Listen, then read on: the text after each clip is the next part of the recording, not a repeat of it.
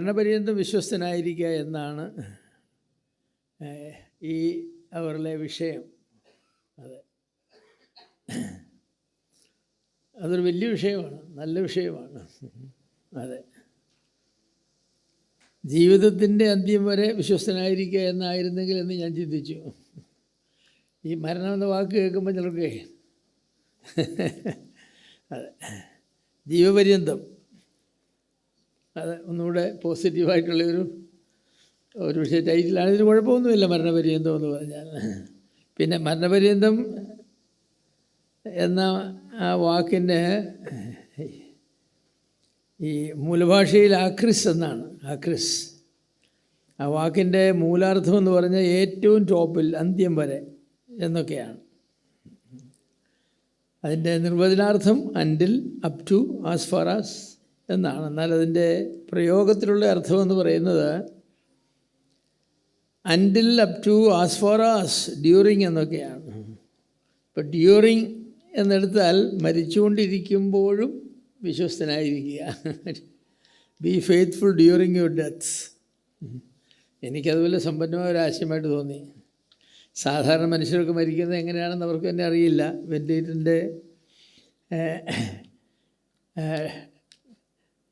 അതിൻ്റെ ആ ഫ്രണ്ടിൽ എന്താ പറയുന്ന ഒരു സ്ക്രീനിൽ ഒക്കെ നോക്കിക്കിടന്നാൽ മരിക്കുന്നത് പ്രിയപ്പെട്ടവരാരും മുറി കാണുകയില്ല. വല്ല നേഴ്സും ഉണ്ടെങ്കിലായി അന്ത്യശ്വാസം മരിക്കുമ്പോൾ അത് സങ്കടകരമായൊരു മരണമാണ്. അതെ, രക്ഷിക്കാൻ കഴിയുകയില്ല എന്ന് ഡോക്ടർമാർക്ക് ബോധ്യമുണ്ടെങ്കിൽ ചോദിക്കണം, ഡിസ്ചാർജ് ചെയ്ത് വീട്ടിൽ വന്ന് കിടന്ന് മരിക്കുക, അതാണ് നല്ലത്. അങ്ങനെ ആത്കൃത്രിമമായിട്ട് മരണം നീട്ടിക്കൊണ്ട് പോയിട്ട് എന്ത് കാര്യം ചെയ്യാനാണ്? 5% എന്നൊക്കെ പറയുന്നതെന്ന് പറഞ്ഞത് മറ്റേ പരിധി 95% രക്ഷപ്പെടുകയില്ലെന്നാണ്. എങ്കിൽ വീട്ടിൽ പോവുക നല്ലത്. കാരണം നിങ്ങൾ 5% പെടുമെന്നുള്ളതിന് യാതൊരു എന്ന് മാത്രമല്ല, ഈ ലോകസ്ഥാപനം മുതൽ നമുക്ക് മുമ്പ് വരെ ജീവിച്ചതായിരിക്കുന്ന ആളുകളുടെ എല്ലാം ജീവിതം നോക്കിയാൽ, ഭക്തന്മാരുടെ എല്ലാം ജീവിതം നോക്കിയാൽ അവരിൽ ഒരാൾ പോലും ഇങ്ങനെയല്ലല്ലോ മരിച്ചത്. മരണമെന്ന് പറയുന്നത് ജനനം പോലെ തന്നെ വലിയൊരു ആഘോഷമായ സംഭവമാണ്. നമ്മളവിടെ നൃത്തം ചവിട്ടുകയും കൈകൊട്ടുകയും ഡ്രം പഠിക്കുകയും ഒന്നും ചെയ്യുന്നില്ലെന്നുള്ളത് ശരിയാണെങ്കിലും ആഘോഷമെന്ന് പറഞ്ഞാൽ തൻ്റെ ഭക്തന്മാരുടെ മരണം യഹോവയ്ക്ക് വലിയൊരിതാണ്. ഇവിടെ നിന്ന് മരിച്ച ഒരു ആത്മാവോടെ ചെല്ലുമ്പോൾ അവിടെ ഭയങ്കര നൃത്തവും ഡാൻസും കൈകൊട്ടും സ്വീകരണവും ഒക്കെയാണ്. അപ്പോൾ അത്ര മഹത്തരായിരിക്കുന്ന ഒരു സന്ദർഭം നമ്മളാരും കാണാതെ ഈ ഭൂമിയിലെ നേഴ്സുമാർ 1 മണിക്കൂർ കഴിഞ്ഞ് വന്ന് മത്തായിച്ചൻ്റെ ആരെങ്കിലും ഉണ്ടോ ഇവിടെ എടുത്തുകൊണ്ട് പോകും എന്ന് പറയുന്ന ഒരു സുഖമുള്ളൊരു അല്ല. അപ്പോൾ ഞാൻ പറയാറുണ്ട്, എനിക്കിപ്പോൾ 83 വയസ്സായി. ഇനിയിപ്പോൾ അരവർഷമോ 1 വർഷമോ ഈ വെന്റിലേറ്ററിലിട്ട് എന്നെ ശല്യം ചെയ്തിട്ട് എൻ്റെ കാര്യമായി, എന്നെക്കൊണ്ടൊന്നും കാര്യമായി കർത്താവിനും പ്രയോജനമില്ല, വീട്ടുകാർക്കും പ്രയോജനമില്ല. കുറച്ച് കാശ് കളയാമെന്നല്ലേ ഉള്ളൂ, ഞാനും കഷ്ടപ്പെടാമെന്നല്ലേ ഉള്ളൂ. ആ മരണം നേരത്തെ അങ്ങ് സംഭവിച്ചിരുന്നെങ്കിൽ എൻ്റെ മക്കളെയും കൊച്ചുമക്കളെയും ഞാൻ സ്നേഹിക്കുന്നതിൻ്റെ സഹോദരന്മാരും ഒക്കെ ചുറ്റും നിന്ന് അവരെയൊക്കെ മുഖത്ത് നോക്കി ഒന്ന് ചിരിച്ച് പോട്ടെ എന്ന് പറഞ്ഞ് യാത്ര പറഞ്ഞ്, അങ്ങനെ വാക്കുകൊണ്ട് പറയാൻ ഒത്തില്ലെങ്കിലും ആ അർത്ഥത്തിൽ ഞങ്ങൾക്ക് പോവല്ലേ നല്ലത്. അതെ, അപ്പോൾ ഞാനതിനെ മരണപര്യന്തം എന്നുള്ളതിന് faithful even during the death, ഈ faithful even during the death, മരിക്കുക എന്ന് പറഞ്ഞ പ്രോസസ്സിൻ്റെ സന്ദർഭത്തിൽ പോലും വിശ്വസ്തരായിരിക്കുക. പിന്നെ പല്ലൊഴിച്ച് മാറ്റാനുണ്ടോ? മാറ്റാനില്ല. നമുക്കറിയാം, വെളിപ്പാട് പുസ്തകം 2-ാം അധ്യായത്തിൻ്റെ 10-ാം വാക്യത്തിൽ കർത്താവ് സ്മൃതിയിലെ സഭയോട് പറഞ്ഞു, നിങ്ങൾ മരണപര്യന്തം വിശ്വസ്തരായിരിക്കുക എന്ന്. അതെല്ലാവരോടും ഉള്ളതാണ്. അന്ത്യനിമിഷം വരെ എന്ന് പറയാം, അന്ത്യനിമിഷം വരെ, അവസാനത്തെ ശ്വാസം പോകുന്നത് വരെ. മരണം ഒരു മനോഹരമായിരിക്കുന്ന ഒന്നാണ്. ഞാൻ മരണത്തെ അങ്ങനെ, മരണം ദുഃഖകരമായ ഒന്നാണ് എന്ന് പറയുന്നത് ശരിയാണ്. ആർക്കാണ് കൊച്ചുപിള്ളേർ മരിക്കുകയും യുവനത്തി മരിക്കുകയും വിവാഹിതരായ ഭാര്യ ഭർത്താക്കന്മാർ 1 കൊല്ലം പോലും ജീവിച്ചില്ല, അങ്ങനെയൊക്കെ ഉള്ളവർക്ക് ഒരു ദുഃഖകരമായ മരണമാണ്. കാരണം മരിക്കുന്നവർക്കല്ല, ജീവിക്കുന്നവർക്ക്. എന്നാൽ പക്വപ്രായത്തിലൊക്കെ എത്തി ജീവിതമൊക്കെ ജീവിച്ച് മരിക്കുമ്പോൾ ഞാനിങ്ങനെ ഗ്രേസിനോട് ചോദിക്കും, ഞാൻ ചാകുമ്പോൾ നീ കരയോടി നീ ചോദിക്കും ചിലപ്പോൾ. അതെ, മരിക്കുമ്പം കരയാത്തവരും സ്നേഹിക്കാത്തവരാണ് കേട്ടോ. സ്തേഫാനോസ് മരിച്ചപ്പോൾ അവരെന്താ ചെയ്തത്? വലിയൊരു പ്രലാപം കഴിച്ചു. ഭക്തന്മാരായ ആളുകൾ വലിയൊരു പ്രലാപം കഴിച്ചു. അതെ, യാക്കോബിനെ അടക്കാൻ ചെന്നപ്പോൾ കനാനിലുള്ള ആളുകൾ എന്താ പറഞ്ഞാൽ, ഇത് മിസ്രൈമ്യരുടെ വലിയ പ്രലാപം എന്ന് പറഞ്ഞു. ആ സ്ഥലത്തിൻ്റെ പേര് തന്നെ മാറ്റിക്കളഞ്ഞു. ഇപ്പം മരണ വീട്ടിൽ പോയാൽ മരണ വീടാണെന്ന് തോന്നുന്നില്ല, കല്യാണ വീടാണെന്നോ മരണ വീടാണെന്നോ അറിയില്ല. ആ കാലത്ത് ഒരു കോഴി ചെല്ലത്ത് കെട്ടിയേക്കും, അതുകൊണ്ട് മാത്രം തിരിച്ചറിയും. പക്ഷേ അതൊക്കെ മോശമായ വിധം. അങ്ങനെയാണ് മരിക്കേണ്ടത്. ആളുകൾ ഭക്തന്മാർ മരിക്കേണ്ടത് അങ്ങനെയാണോ? അല്ല, ചിലരൊക്കെ ഒന്ന് കരയണം എന്ന് പറഞ്ഞ് ഞാൻ മരിക്കുമ്പോൾ നിങ്ങളാരും ആർട്ടിഫിഷ്യലായിട്ട് കരയരുത്. ചരിത്രമൊക്കെ പറഞ്ഞേച്ചാൽ മരിക്കുന്നവരോ കരഞ്ഞില്ലെങ്കിൽ അങ്ങനെ കരയണ്ട. കരയുന്നത് എന്താണെന്ന് ചോദിച്ചാൽ, ജീവിച്ചിരുന്ന കാലത്ത് അവരുടെ സേവനങ്ങളെയും അവരുടെ സ്നേഹത്തെയും ഒക്കെ ഓർക്കുമ്പോഴുള്ള കരച്ചില, അവരുടെ മരണത്തെ ഓർക്കുമ്പോഴുള്ള കരച്ചിലല്ല.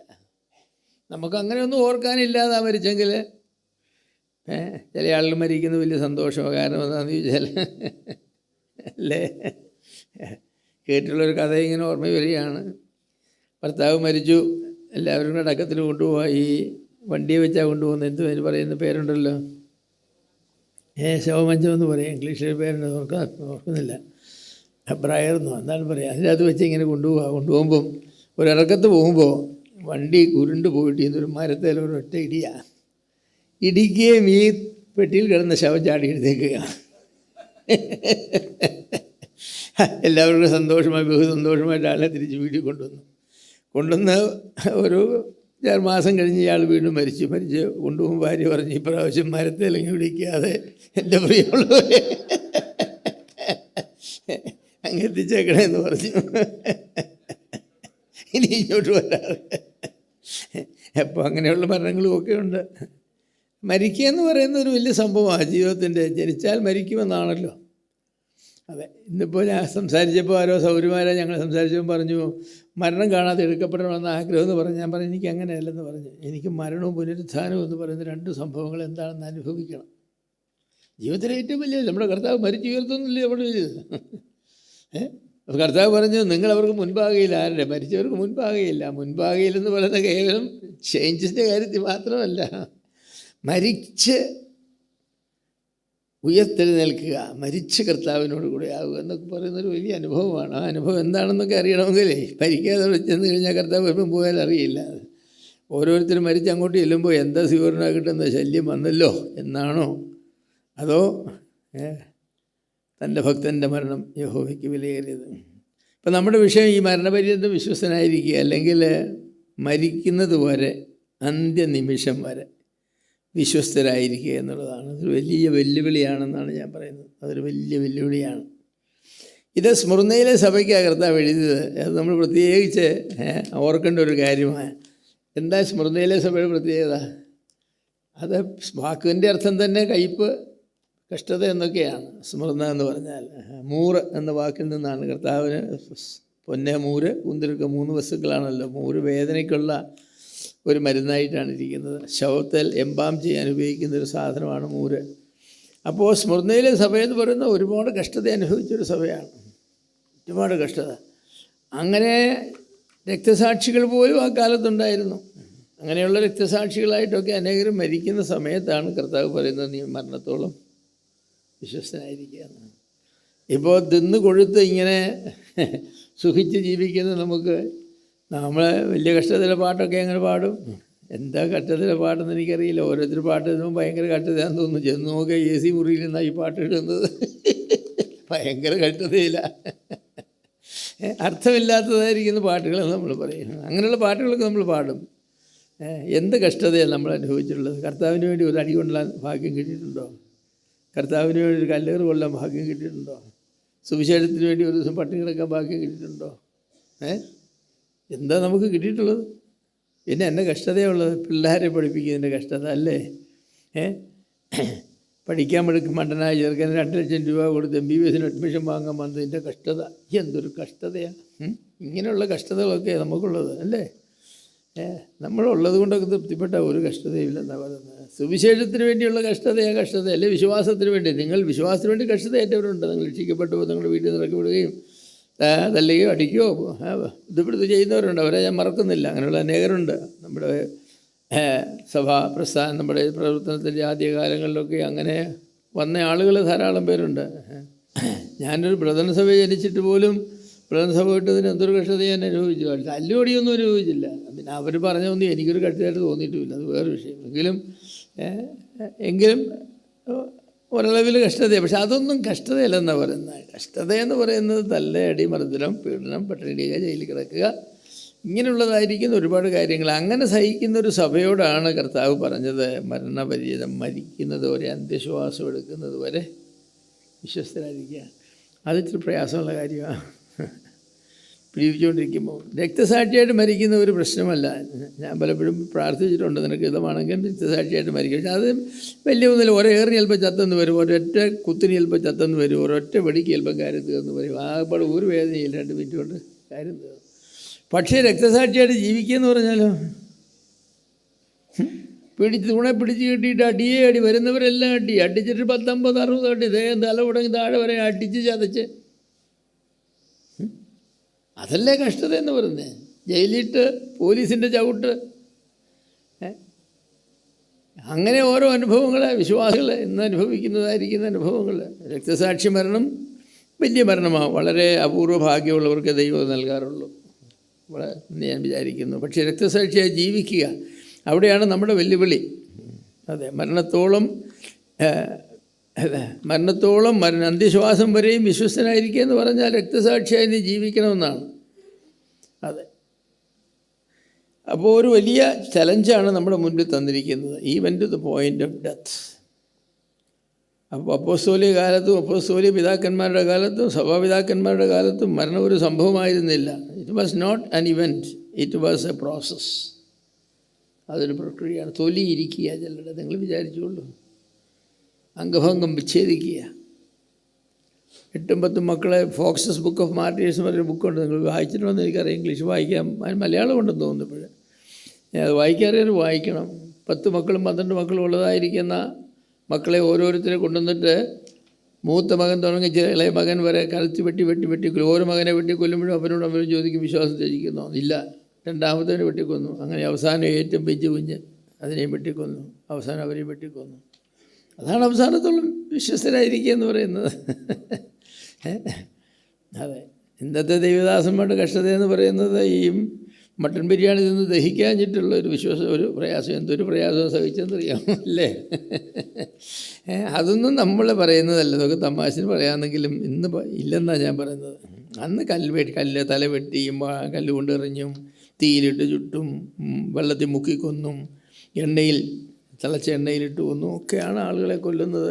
അപ്പോൾ അങ്ങനെയുള്ള ആളുകളോടാണ് പറയുന്നത്, നിങ്ങൾ അവസാനം വരെ നീ അന്ത്യശ്വാസം എടുക്കുന്നവരെ നീ വിശ്വസ്തനായിരിക്കണമെന്ന്. അപ്പോൾ ഈ കാലഘട്ടത്തിൽ ജീവിക്കുന്ന നമുക്ക് ഇതിൻ്റെ അർത്ഥം എന്താണെന്ന് പോലും അറിയില്ല. ചില ആളുകൾ രക്ഷിക്കപ്പെട്ട് സ്നാനപ്പെട്ടിട്ട് പിന്മാരത്തേക്ക് പോകുന്നതിൻ്റെ കാരണം ചോദിക്കുന്നത് എന്താണെന്ന് വെച്ചാൽ, വീട്ടിൽ അമ്മ പറഞ്ഞു, മോനെ എൻ്റെ മരണശേഷം മാത്രമേ നീ ഈ വിശ്വാസത്തിൽ പോകാവൂ, അതുവരെ നീ നമ്മുടെ സഭയിൽ തന്നെ അല്ലേ നമ്മുടെ മതത്തിൽ തന്നെ നിൽക്കണം. എന്തോ ഒരു പീഡനമാണ്, മതപീഡനമാണെന്നറിയാമത്. എന്നിട്ട് അവൻ വിശ്വാസം ത്യജിച്ചിട്ട് അങ്ങനെയുള്ളവരെ എനിക്കറിയാം. അമ്മ ആത്മഹത്യ ചെയ്യുമെന്ന് പറഞ്ഞു. അതുകൊണ്ട് ഞാനെന്ത് ചെയ്യും? ഞാൻ എൻ്റെ വിശ്വാസത്തിൽ ആത്മഹത്യ ചെയ്യും. ഇതൊക്കെയാണ് നമ്മുടെ കഷ്ടങ്ങളെന്ന് പറയുന്നത്. അല്ല, അതുപോരാ. അപ്പോൾ ഈ മരണപര്യന്തം വിശ്വസ്തരായിരിക്കണമെങ്കിൽ നാം അംഗീകരിക്കേണ്ട ചില സത്യങ്ങളുണ്ട്. ഞാൻ ചില സത്യങ്ങൾ നിങ്ങളോട് പറയാം. ഒന്നാമത്, നമ്മുടെ മർത്യതയെ നാം അംഗീകരിക്കണം. അക്സെപ്റ്റ് അവർ മോർട്ടാലിറ്റി. നമ്മുടെ മർത്യതയെ നാം അംഗീകരിക്കണം. മരിക്കാനുള്ള നമ്മുടെ ഏറ്റവും വലിയ ഭയമെന്ന് പറയുന്നത് എന്താണെന്നറിയോ? നമ്മുടെ മർത്യതയെ അംഗീകരിക്കുകയില്ല. ഞാൻ ചാകില്ല. അതെ, നമ്മൾ ദൈവത്തോട് പലപ്പോഴും മല്ല് പിടിച്ച് എങ്ങനെയാണെന്ന് ചോദിച്ചാൽ, ഈ ചില ഗെയിംസിലൊക്കെ അവർ പിടിച്ചു വെച്ചിട്ട് പിന്നെ അവസാനം സുല്ല് വിളിക്കുമല്ലോ. സുല്ല് വിളിക്കുകയില്ല എന്ന് പറഞ്ഞ പോലെ മരണം നമുക്കൊരു സുല്ലുവിളിയായിട്ടിരിക്കരുത്. അങ്ങനെയല്ല. നമ്മുടെ മോർട്ടാലിറ്റി, നാം ജനിച്ചവരാണെങ്കിൽ ഒരു ദിവസം മരിക്കണം. മരിക്കുക എന്ന് പറയുന്നത് മനുഷ്യൻ്റെ ജീവിതത്തിൻ്റെ ഒരു ഭാഗമാണ്. ജീവിതത്തിൻ്റെ അവസാനത്തെ ഫുൾ സ്റ്റോപ്പാണ് മരണം.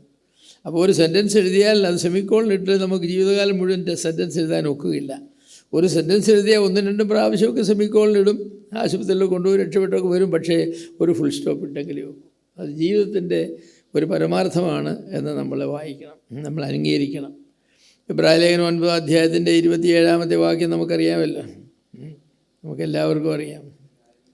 അതെ, ഒരിക്കൽ മരിക്കുകയും ന്യായവിധി ഭാഗം പെട്ടു ഒരിക്കൽ മരിക്കുകയും, അത് ദൈവം നിശ്ചയിച്ചിരിക്കുന്ന കാര്യമാണ്. ഒരിക്കൽ മരിക്കുക എന്നുള്ളത് ആണ്.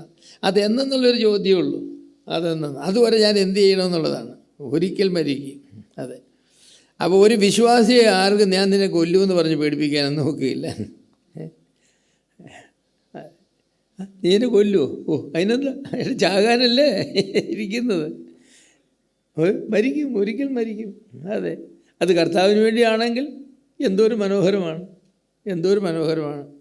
അയ്യോ, അതിനൊന്നും ഇവിടെ ഇരിക്കുന്ന ആരും ഒരുക്കുമല്ല. ഇപ്പോൾ അങ്ങോട്ട് ഇറങ്ങി പോകുന്നിടത്ത് നീ ക്രിസ്തുമസ് ഉപേക്ഷിച്ചില്ല, നിന്നെ കൊല്ലുമെന്ന് പറഞ്ഞാൽ ഇവിടെ ഇരിക്കുന്നവരിൽ ഒരു പങ്കാളുകൾ, എത്ര ശതമാനമൊന്നും എനിക്കറിയില്ല, ഒരു പങ്കാളുകൾ പറയും ഞാൻ ഉപേക്ഷിച്ചേക്കാമെന്ന് പറയും. കുറിയിടണേ കുറിയിടാം, പിന്നെന്താ ചെയ്യേണ്ടത്, എന്ത് വേണമെങ്കിലും ചെയ്യാം.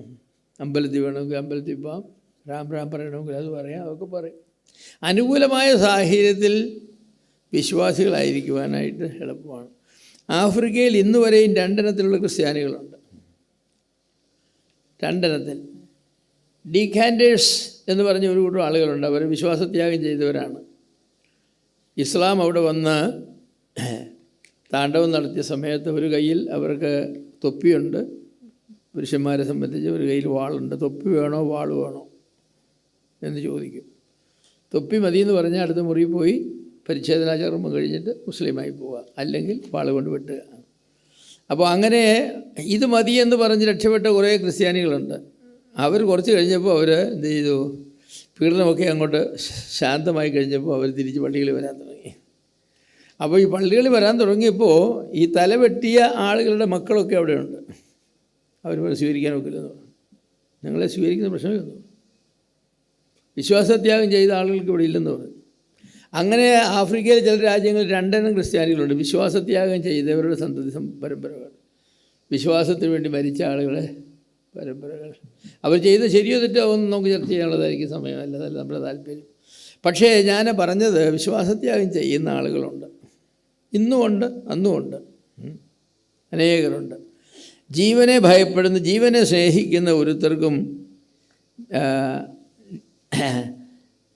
ജീവനെ കൊന്നുകളയുമെന്ന് പറഞ്ഞാൽ പിടിച്ചിരിക്കാൻ പ്രയാസമാണ്.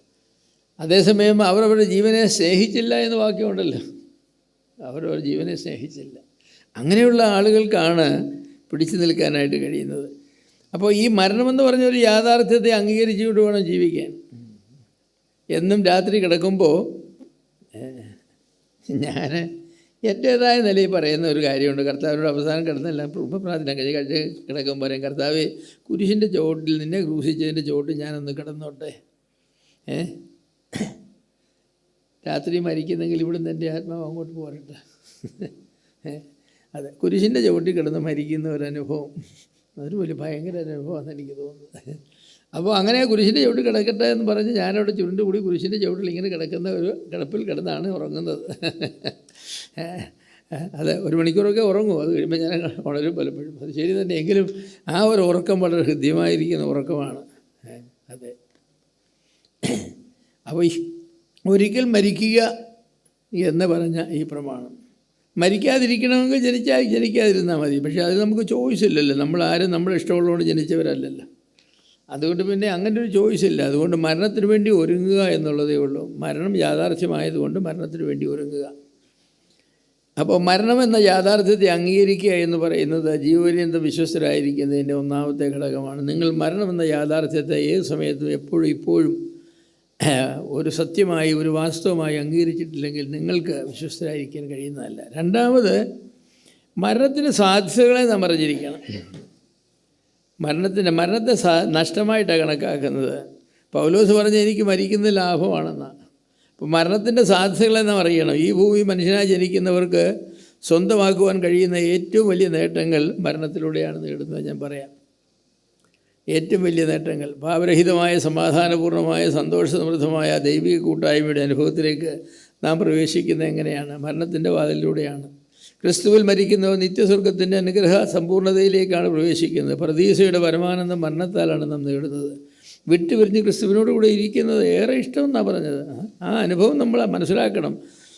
ഈ ഭൗമിക ശരീരത്തെയും ജീവിതത്തെയും വിട്ട് പിരിയുക വഴിയാണ് അത് നമുക്ക് ലഭിക്കുന്നത്. കണ്ണുനീരില്ലാത്ത, കഷ്ടതകളില്ലാത്ത, സമാധാനപൂർണ്ണമായ സ്വർഗാനുഭവം കർത്താവിൻ്റെ സന്നിധിയിൽ വിശുദ്ധന്മാരുടെ സമൂഹത്തിൽ അനുഭവിക്കുവാൻ കഴിയുന്നത് മരണമെന്ന വാതിലൂടെ നാം സ്വർഗത്തിലേക്ക് പ്രവേശിക്കുമ്പോഴാണ്.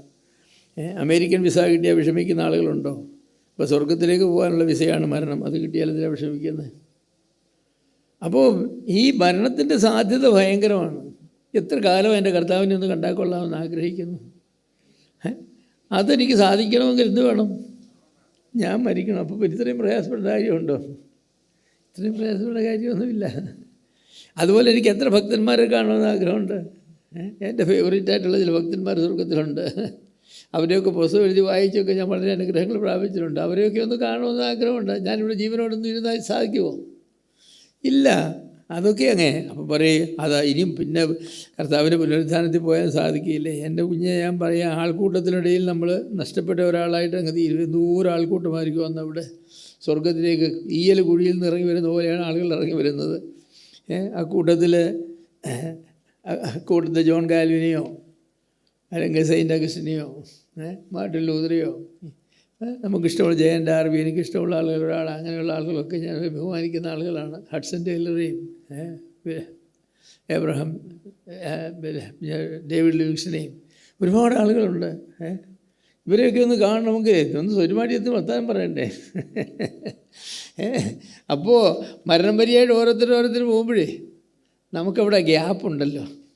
കല്യാണത്തിനൊക്കെ പോകുമ്പോഴാണ് ഊണിൻ്റെ ഇടയ്ക്ക് നമ്മൾ ചേട്ടാ കാണാം കേട്ടോ, ഇനിയും കാണാമെന്ന് പറഞ്ഞ് അങ്ങ് പോരും. അതുപോലാണോ നമ്മുടെ വീട്ടിലൊരാൾ വന്നാൽ, അല്ലെങ്കിൽ ആളുടെ വീട് നമ്മൾ ചെന്നാൽ?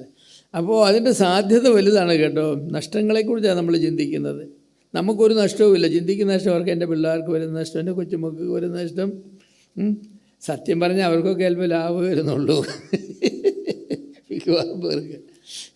നിങ്ങൾക്ക് പിന്നെ വലിയ ഡെപ്പോസിറ്റും വലിയ വലിയ കമ്പനികളിലെ ഷെയറും ഇങ്ങനെയൊക്കെ ഓരോന്നൊക്കെ നിങ്ങളുടെ പേരിലുണ്ടെങ്കിൽ ചത്ത് കഴിഞ്ഞ് ചിലപ്പോൾ കിട്ടുമെന്നുള്ളത് കൊണ്ട് അതെ, അപ്പോൾ മക്കൾക്ക് ലാഭമാണ്. അതെ, ഇപ്പോഴും മക്കൾക്ക് ലാഭമാണ്. മൂന്നാമത് ഞാൻ പറയുന്നത് നമ്മുടെ പ്രത്യാശയുടെ നിവൃത്തി മരണം വഴിയാണ് എന്ന കാര്യം നാം എപ്പോഴും ഗ്രഹിക്കണം. നമ്മൾ വലിയ പ്രത്യാശയുള്ള ആളുകളല്ലേ. അയ്യോ, നമ്മുടെ പ്രത്യാശയുടെ പാട്ടുകൾ എന്തൊരു സെക്ഷനുണ്ട്. ആ നമ്മുടെ പാട്ട് പുസ്തകത്തിൽ എത്ര പാട്ടുണ്ട് പ്രത്യാശയുടെ സെക്ഷനിൽ. ഇതെല്ലാം നമ്മൾ പാടുന്നവരാണ്. പക്ഷേ ഈ പാട്ട് ഒരു പാട്ടെങ്കിലും അതിൻ്റെ ആശയം അർത്ഥവത്താകണം. എന്ത് ചെയ്യണം? മരിക്കണം. മരണം എന്ന് പറഞ്ഞാൽ അത് നമ്മൾ. അപ്പോൾ പിന്നെ നമ്മൾ ഇത്രയും കാലം പാടിയ പാട്ടിൻ്റെ എല്ലാം നിവൃത്തിയാണെന്ന് വിചാരിച്ചു. അതെ, നമ്മളിതെല്ലാം പാടിയേ, എൻ്റെ ഒന്നും വേണ്ട, എനിക്കൊന്നും വേണ്ട, എൻ്റെ കർത്താവിനോട് ചേർന്നാൽ മതിയെന്നും ഇങ്ങനെയൊക്കെ എന്തെല്ലാം പാട്ടുകളാണ് നമ്മൾ പാടുന്നത് അല്ലേ? വെല്ലുവിളിയല്ലേ? മരണമേ നിൻ്റെ വിഷമുള്ള എവിടെ എന്നൊക്കെ നമ്മൾ വെല്ലുവിളിക്കില്ലേ? ആ ഇടയിൽ മരണം കയറി വന്ന് പറയും, അയ്യോ എന്നെ തൊടല്ലേ, ഞാൻ പാടിയ തെറ്റായിപ്പോയി, എന്നോട് ക്ഷമിക്കണേ നമ്മൾ പറയുന്നത്. അങ്ങനെ നമുക്ക് ജീവിക്കാനൊക്കെ പോകും. അപ്പോൾ നമ്മുടെ പ്രത്യാശയുടെ നിവൃത്തി മരണം വഴിയാണ്. നാലാമത് ഞാൻ പറയാൻ ആഗ്രഹിക്കുന്നത് നമ്മുടെ ശരീരത്തിൻ്റെ രൂപാന്തരം മരണത്തോട് ബന്ധപ്പെട്ടാണ്ടിരിക്കുന്നത്. മരിക്കാത്തവർ രൂപാന്തരപ്പെടും, പക്ഷെ മരിച്ചവർ രൂപാന്തരപ്പെടും. അങ്ങനെയാണ് പുനരുത്ഥാനത്തിൽ നമുക്ക് കിട്ടുന്ന ശരീരം എന്ന് പറയുന്നത്. എന്തോ ഒരു മഹത്തായ ശരീരമാണ്. ഇപ്പോഴീ ശരീരത്തിൽ എന്തെല്ലാം രോഗങ്ങളുണ്ട്. രാവിലെ ഞാൻ 11 ഗുളിക വിഴുങ്ങി. 11 ഗുളികളും എൻ്റെ ശരീരത്തിൽ ഇങ്ങനെ പ്രവർത്തിച്ചുകൊണ്ടിരിക്കുക. അത് കഴിഞ്ഞിട്ട് ഇനിയും മരിച്ചിട്ട് കർത്താവിനിക്ക് തരുന്ന ഒരു മീതെ ധരിപ്പാൻ ഇച്ഛിക്കുക എന്നൊക്കെയാണ്. മീതെ ധരിപ്പാൻ ഇച്ഛിക്കുക എന്താ അതിൻ്റെ അർത്ഥം എന്നൊക്കെ വേദപണ്ഡിതന്മാർ ഇങ്ങനെ ടെമ്പററി ശരീരത്തെക്കുറിച്ചാണോ പറയുന്നത്, അതോ എന്തിനെക്കുറിച്ചാണ് പറയുന്നത്, അതൊന്നും എനിക്കറിയില്ല. ഒന്നും എനിക്കറിയാം, ഉരുവാനല്ല മർത്യമായ ജീവനം നീങ്ങി പോകേണ്ടതിന് മീതെ ഉടുപ്പാൻ ഇച്ഛിക്കുക. അതാണ് ആഗ്രഹം എന്ന് പറയുന്നത്. കർത്താവ് തരുന്നതായിരിക്കുന്ന വസ്ത്രമൊന്ന് ധരിക്കണം. അതെ. പിന്നെ അഞ്ചാമത് പറയുന്നത് നമ്മുടെ പ്രാണനെ വിലയേറിയതായി എണ്ണുകയോ മരണപര്യന്തം നമ്മുടെ പ്രാണനെ സ്നേഹിക്കുകയോ ചെയ്യാതിരുന്നെങ്കിൽ മാത്രമേ നമുക്ക് മരണപര്യന്തം വിശ്വസ്തരായിരിക്കാനായിട്ട് കഴിയും. നമ്മുടെ പ്രാണനെ നമ്മൾ സ്നേഹിക്കുന്നെങ്കിൽ നമ്മുടെ പ്രാണനെ എങ്ങനെയെങ്കിലും സംരക്ഷിക്കാനുള്ള ബന്ധപ്പാടിലല്ലേ നമ്മൾ, അല്ലേ? ഈ മെഡിക്കൽ കോളേജുകളും ജനറൽ ആശുപത്രികളും എല്ലാം ഉണ്ടാക്കിയിരിക്കുന്നതിന് നമ്മുടെ പ്രാണനെ എങ്ങനെയെങ്കിലും സംരക്ഷിക്കാൻ വേണ്ടി ഒരു ദിവസം കൊണ്ട് നമ്മളെ ജീവനോട് ഇട്ടാൽ അവർക്ക് 50,000 രൂപയുടെ ഇവിടെ ബില്ല് കിട്ടും. നമ്മളുടെ സ്നേഹം കൊണ്ടൊന്നുമല്ല, ഒന്നുമല്ല, അവർ ഊറ്റിയെടുക്കും. പക്ഷെ അതിനവർ പറയും. അതെ. പക്ഷേ യേശുക്രിസ്തുവിനോടുള്ള നമ്മുടെ സ്നേഹം പരിഗണിക്കുമ്പോൾ നമ്മുടെ ജീവിതത്തോടുള്ള സ്നേഹം ഒരു പകയായിട്ട് മാത്രമേ ഇരിക്കൂ. കർത്താവ് അതാ പറഞ്ഞത്, സ്വന്തം ജീവനെയും കൂടെ പകയ്ക്കാതിരുന്നാൽ.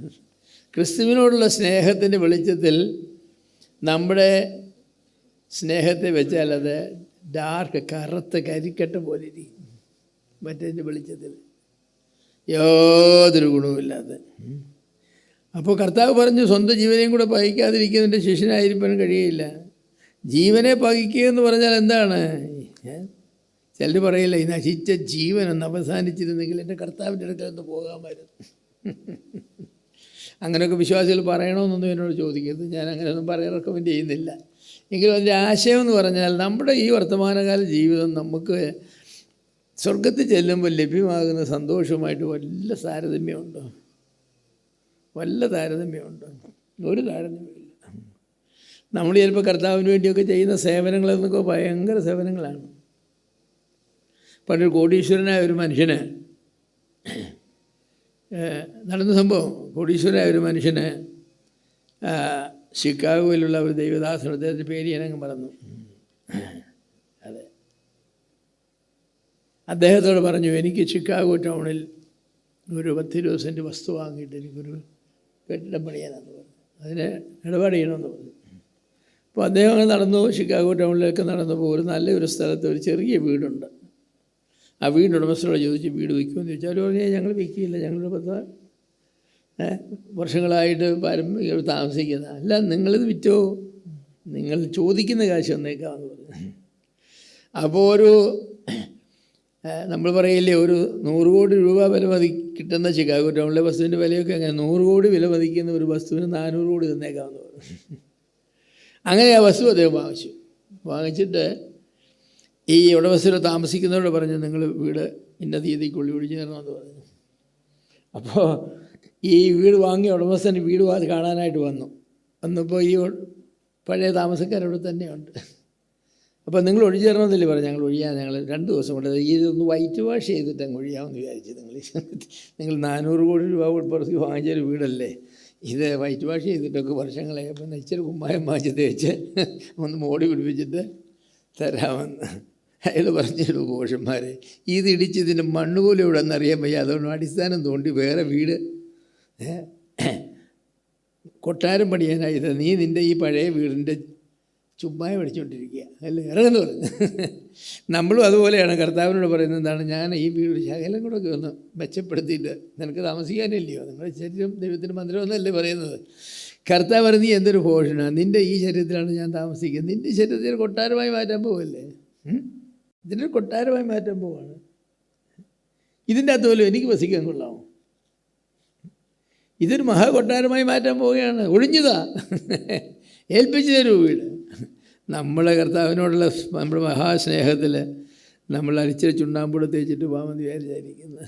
കർത്താവിൻ്റെ ചുണ്ണാമ്പിന് ഒന്നും ആവശ്യമില്ല എൻ്റെ പ്രിയമുള്ളവരെ. അതെ, ഈ വരാനുള്ള ജീവിതത്തിൻ്റെ നിത്യതയുടെ മഹത്വം കണ്ടറിഞ്ഞവർക്ക് മാത്രമേ വർത്തമാനകാല ജീവിതത്തെ പകയ്ക്കാൻ കഴിയൂ. നിങ്ങൾക്ക് എല്ലാവരും കേട്ട് കാണുമെന്ന് ഞാൻ വിചാരിക്കുന്നു. ഔക്ക ഇന്ത്യൻസ്, ഇക്വഡോർ എന്ന് പറയുന്ന സ്ഥലത്തെ ഔക്ക ഇന്ത്യൻസ് എന്ന് പറഞ്ഞ ആളുകളുടെ ഇടയിൽ സുവിശേഷം പ്രസംഗിക്കാൻ പോയ 5 അമേരിക്കൻ ബാലന്മാരുണ്ട്. ജിം എലിയറ്റ്, അങ്ങനെ ഇപ്പോൾ തുടങ്ങിയ മറ്റൊരു പേരുകളൊക്കെ, എല്ലാവരുടെയും പേരുകൾ ഞാൻ ഓർക്കുന്നില്ല, ടാറ്റൂസ് ആൻഡ് സെയിൻസ്, ഇങ്ങനെയുള്ളതായിരിക്കുന്ന 5 ആളുകൾ. അത് ജിം എലിയറ്റ് തൻ്റെ ഡയറിയിൽ എഴുതിയ ഒരു പ്രസ്താവന എല്ലാവർക്കും അറിയാം, പ്രശസ്തമായ പ്രസ്താവനയാണ് അല്ലേ. അങ്ങനെ അത് പറഞ്ഞത്, നഷ്ടപ്പെടുവാൻ കഴിയാത്തതിന് വേണ്ടി പിടിച്ചു വെക്കുവാൻ കഴിയാത്തതിനെ ഉപേക്ഷിക്കുന്നവൻ. അതാണ്. പിടിച്ചു വെക്കുവാൻ കഴിയുമോ ഈ ശരീരത്തെ എത്ര കാലം? മറ്റേ നഷ്ടപ്പെടുവാൻ കഴിയുമോ സ്വർഗത്തിൽ നമുക്ക് ഇത് കിട്ടുന്നത്? അപ്പോൾ ഈ നഷ്ടപ്പെടുവാൻ കഴിയാത്തതിന് വേണ്ടി പിടിച്ചു വെക്കുവാൻ കഴിയാത്തതിനെ വലിച്ചെറിയുന്ന പോഷനല്ല. ആ 5 ബാലന്മാർക്ക് അവിടെ രക്തസാക്ഷികളായിട്ട് മരിക്കാനായിട്ട് ഇടയായതിൻ്റെ കാരണം എന്താ? അതുകൊണ്ട് അവർക്ക് അവിടെ ജീവൻ രക്ഷിക്കാൻ കഴിയുമായിരുന്നു. അവിടെ തോക്കുണ്ടായിരുന്നു, ഗൺസ് ഉണ്ടായിരുന്നു, വന്യമൃഗങ്ങളെ രക്ഷപ്പെടാൻ പറ്റിയാണ്, ലോഡഡ് ഗൺസ് ഉണ്ടായിരുന്നു. മറ്റവർ കൊല്ലാൻ വന്നപ്പോൾ അവരതിലൊന്നും തൊട്ടില്ല, അവരത് തൊട്ടില്ല. കാരണം അവരുടെ ജീവനെയല്ല, മറ്റവരുടെ ജീവനെയാണ് അവർ വിലമതിച്ചത്. അപ്പം നമ്മുടെ ഈ വർത്തമാനകാല ജീവിതത്തെ നാം സ്നേഹിക്കുമ്പോൾ നമുക്ക് ഒക്കുകയില്ല. നിത്യജീവിതത്തെ നാം സ്നേഹിക്കണം. അങ്ങനെ ഒരു സ്നേഹത്തിൻ്റെ ആ ഒരവസ്ഥയിലേക്ക് നാം വരണം. 6ാമത് നിങ്ങളോട് പറയാൻ ആഗ്രഹിക്കുന്ന, മരണപര്യന്തം വിശ്വസ്തരായിരിക്കുവാൻ മരിച്ചു ഉയർത്ത് ജീവിക്കുന്ന യേശു ക്രിസ്തുവിൻ്റെ ശിഷ്യരായി തീരേണ്ടത് ആവശ്യമാണ്. കർത്താവിൻ്റെ ശിഷ്യനാകാത്ത ഒരു മനുഷ്യന് പോലും മരണപര്യന്തം വിശ്വസനായിരിക്കാൻ കഴിയില്ല. വിശ്വസനായിരിക്കത്തിൽ ചെയ്യാൻ ഈ ലോകത്തിൽ കാശുണ്ടാക്കണം, എന്തെങ്കിലും തട്ടിപ്പും വെട്ടിപ്പും നടത്തണ്ടേ? വേണ്ടേ? സത്യസന്ധമായി ബിസിനസ് ചെയ്ത് പണക്കാരനാകാനായിട്ട് കഴിയുമോ? എവിടെ സാധിക്കുകയില്ല. എന്തെങ്കിലും ഞാൻ തട്ടിപ്പും വെട്ടിപ്പും നടത്തും എവിടെങ്കിലും. അപ്പോൾ കർത്താവായ യേശു ക്രിസ്തുവിൻ്റെ ശിഷ്യനാകുക എന്ന് പറഞ്ഞാൽ എന്താണ്? നമുക്കെല്ലാവർക്കും ഉപേക്ഷിക്കുക എന്നാണ്. ഉപേക്ഷിക്കുക, നിങ്ങൾക്കുള്ളതൊക്കെ ഉപേക്ഷിക്കുക, ജീവനെ പകയ്ക്കുക, അമ്മയപ്പന്മാർ ബന്ധുക്കളെയൊക്കെ പകയ്ക്കുക, ക്രൂശെടുത്ത് അനുഗമിക്കുക, അല്ലേ? ഇങ്ങനെയൊക്കെയല്ലേ? ഈ കണ്ടീഷൻസ് പാലിച്ച് ജീവിക്കുന്നവർക്ക് മാത്രമല്ലേ ഒക്കൂ, അല്ലാത്തവർക്ക് ഒക്കുകയില്ല. ഈ ലോകത്തിൻ്റെ പണമെന്ന് പറയുമ്പോൾ എന്താണ്? ഞാൻ ഒരു ബാപ്റ്റിസ്റ്റ് ബൈബിൾ കോളേജ് പഠിച്ച ആളാണ്. അവർക്ക് എന്നെ ബാപ്റ്റിസ്റ്റുകാരനാക്കാൻ ഒത്തില്ല. ഞാൻ എൻ്റെ ബ്രദർ ബൈബിൾ കോളേജിൽ പഠിച്ചൊരു കൊല്ലം. അവർക്ക് എന്നെ ബ്രദർകാരനാക്കാൻ കഴിഞ്ഞില്ല. ബ്രദർകാരനായിരുന്നു എങ്കിലും അവിടെ പിടിച്ച് നിർത്താൻ കഴിഞ്ഞില്ല. ഞാനൊരു ഗ്രേസ് ബ്രദേഴ്സ് സെമിനാരിൽ പഠിച്ചു. അവർക്ക് എന്നെ ഗ്രേസ് ബ്രദറാക്കാനും കഴിഞ്ഞില്ല. ഞാൻ ബൈബിൾ പഠിച്ച് എനിക്ക് ബോധ്യമായ സത്യങ്ങൾക്ക് വേണ്ടി മാത്രം നിൽക്കുമെന്ന് പറഞ്ഞു. അപ്പം ഞാൻ ബാപ്റ്റിസ്റ്റ് ബൈബിൾ കോളേജിലായിരുന്നപ്പോൾ എൻ്റെ ഒരു പ്രൊഫസർ, ഞാനിപ്പോഴും ഓർക്കുന്നൊരു നല്ല മനുഷ്യൻ, സ്നേഹമുള്ള മനുഷ്യൻ, അദ്ദേഹം എന്നോടൊക്കെ പറഞ്ഞു, എബ്രഹാം തോമസേ, നിങ്ങൾ ബാപ്റ്റിസ്റ്റ് സഭയിൽ ചേരാമെങ്കിൽ ഞങ്ങൾ മിഷണറിയായിട്ട് നിങ്ങളെ അയക്കാം. ഞങ്ങൾക്കിപ്പോൾ $1,00,000 ഞങ്ങളുടെ മിഷൻ അക്കൗണ്ടിൽ കിടപ്പുണ്ട്, അത് മുഴുവൻ നിങ്ങൾക്ക് തരാം. അതിനുശേഷം മാസം തോറും നിങ്ങൾക്ക്. അദ്ദേഹത്തിന് മുഖത്തോക്കിട്ട് പറഞ്ഞു, പണത്തിന് എന്നെ വാങ്ങാൻ കഴിയില്ല സാറേ, ഞാനൊരു ബാപ്റ്റിസ്റ്റുകാരനല്ല, അതുകൊണ്ട് നിങ്ങൾ ബാപ്റ്റിസ്റ്റുകാരനെ കണ്ടെത്തി അവർക്ക് കൊടുക്കാൻ പറഞ്ഞു. അയ്യോ, എനിക്കറിയാം വേറെ ആളാണ് 100 പ്രാവശ്യം ബാപ്റ്റിസ്റ്റുകാരൻ, അതിനെന്നെ അവർക്ക് എന്നാ കുഴപ്പം? രക്ഷിക്കപ്പെട്ടവരല്ലയോ, ദൈവമക്കളല്ലേ, ബൈബിളിനെ സ്നേഹിക്കുന്നവരല്ലേ, അടിസ്ഥാന ഉപദേശങ്ങൾ വിശ്വസിക്കുന്നവരല്ലേ, പിന്നെ ആയാൽ എന്നാ കുഴപ്പം? ഇല്ല. ഞാൻ പണത്തെ സ്നേഹിക്കുന്ന ഒരു മനുഷ്യനും അതൊക്കുകയില്ല, ഒരു മനുഷ്യനും ഒക്കുകയില്ല. പണത്തെ സ്നേഹിക്കുന്നവർക്ക് ഒക്കില്ല. കർത്താവിൻ്റെ ശിഷ്യനായിരിക്കുന്നവർക്ക് മാത്രമേ ഉപേക്ഷിക്കാനായിട്ട് കഴിയൂ. അവർക്ക് മാത്രമേ വിശ്വസ്തത എന്ന് പറഞ്ഞാൽ എന്താണ്? അത് ഞാൻ പിന്നെ പറയാം എന്താ വിശ്വസ്തത എന്ന് പറഞ്ഞാൽ എന്താ. ഉപദേശപരമായ വിശ്വസ്തയുണ്ട്, സാമ്പത്തിക വിശ്വസ്തയുണ്ട്, ലൈംഗിക വിശ്വസ്തയുണ്ട്, വിശ്വസ്തത ധാരാളം കാര്യങ്ങളുണ്ട്, വിശ്വസ്ത ബന്ധങ്ങളിലുള്ള വിശ്വസ്തതയുണ്ട്, സഭയുള്ള വിശ്വസ്തതയുണ്ട്, സുവിശേഷത്തിലുള്ള വിശ്വസ്തയുണ്ട്, എന്തോ ഒരു വിശ്വസ്തയാണ്. ഇതൊക്കെ പാലിക്കണമെങ്കിൽ ആർക്കേ കഴിയുമെന്ന് ചോദിച്ചാൽ, അതൊക്കെ പാലിക്കണമെങ്കിൽ ഒരു ശിഷ്യന് മാത്രമേ കഴിയൂ. നമ്മുടെ ഇടയിൽ ശിഷ്യത്വം എന്ന് പറഞ്ഞതിന് ആളുകൾ വെറുക്കുന്ന അങ്ങേയറ്റം. ചില ആളുകൾക്ക് ശിഷ്യത്വത്തെപ്പറ്റി പഠിക്കാൻ തുടങ്ങി, അങ്ങനെ പഠിപ്പിക്കാൻ തുടങ്ങിയവരൊന്നും പിന്നെ ആളുകൾ വിളിക്കില്ല. അവനൊന്നും വിളിക്കരുതെന്ന് പറയും. നമ്മുടെ പിള്ളേരുടെ വഴി തിരിഞ്ഞു പോകുമെന്ന് പറഞ്ഞു. അവന്മാർക്ക് സുവിശേഷ വിലയ്ക്ക് പോക്കളെന്ന് പറഞ്ഞു. ഇതൊക്കെ പഠിച്ചാൽ എങ്ങനെയെങ്കിലും എഞ്ചിനീയറിംഗ് പാസ്സായിട്ട് അമേരിക്കയിൽ പോയിട്ട് 10 പുത്രനുണ്ടാക്കാൻ ശ്രമിക്കുമ്പോഴാണ് ഇവിടെ എല്ലാം ഉപേക്ഷിച്ചിട്ട് കർത്താവിൻ്റെ പിന്നാലെ എല്ലാം എന്ന് പറയുന്നത്, അല്ലേ? ഇറക്കവനെ അടിച്ചിറക്കെന്ന് പറയുന്ന ആളുകളാണ്. അങ്ങനെയാണ്. ശിഷ്യത്വമൊന്നും ഇവിടെങ്ങും പോകില്ല. അതുകൊണ്ട് തന്നെ കർത്താവിൻ്റെ വരവോളം വിശ്വസനായിരിക്കാനും വലിയ പ്രയാസം. ഇപ്പോൾ ഓരോരുത്തരൊക്കെ അനുഭവിക്കുന്നുണ്ട്. 10, 40, 50 ലക്ഷം രൂപയൊക്കെ കൊടുത്ത്, അല്ലേ, കാശുണ്ടാക്കാൻ വേണ്ടി അമേരിക്കയിലും കാനഡയിലും ഒക്കെ അയച്ചിട്ട് ഇപ്പോൾ അവിടെ ജോലിയില്ല, ഇതുമില്ല, പണവും പോയി, എല്ലാം പോയി, ആകപ്പാടെ ഇങ്ങനെ നടക്കുന്ന ഒരവസ്ഥയാണ്. എനിക്ക് അവരെ കാണുമ്പോൾ സങ്കടമാണ്. അവർ വാസ്തു സങ്കടമാണ്. ഇത്രയും പോഷന്മാരായി പോയല്ലോ അവരെന്ന് വിചാരിക്കുന്നു. മനുഷ്യൻ ഇത്രയും പോഷനാകാം പണത്തിന് വേണ്ടി. പിള്ളേരൊക്കെ ഇവിടെയൊക്കെ ജീവിച്ച് സുവിശേഷം പറഞ്ഞ് ഇവിടെയൊക്കെ ജോലിയും കിട്ടി, ഇവിടെ കല്യാണമൊക്കെ കഴിച്ച് കുടുംബജീവിതം നയിച്ച് ഭംഗിയായി ജീവിക്കേണ്ട ആളുകളാണ് പോയിരിക്കുക. എൻ്റെ ആവശ്യമില്ല. അതെ.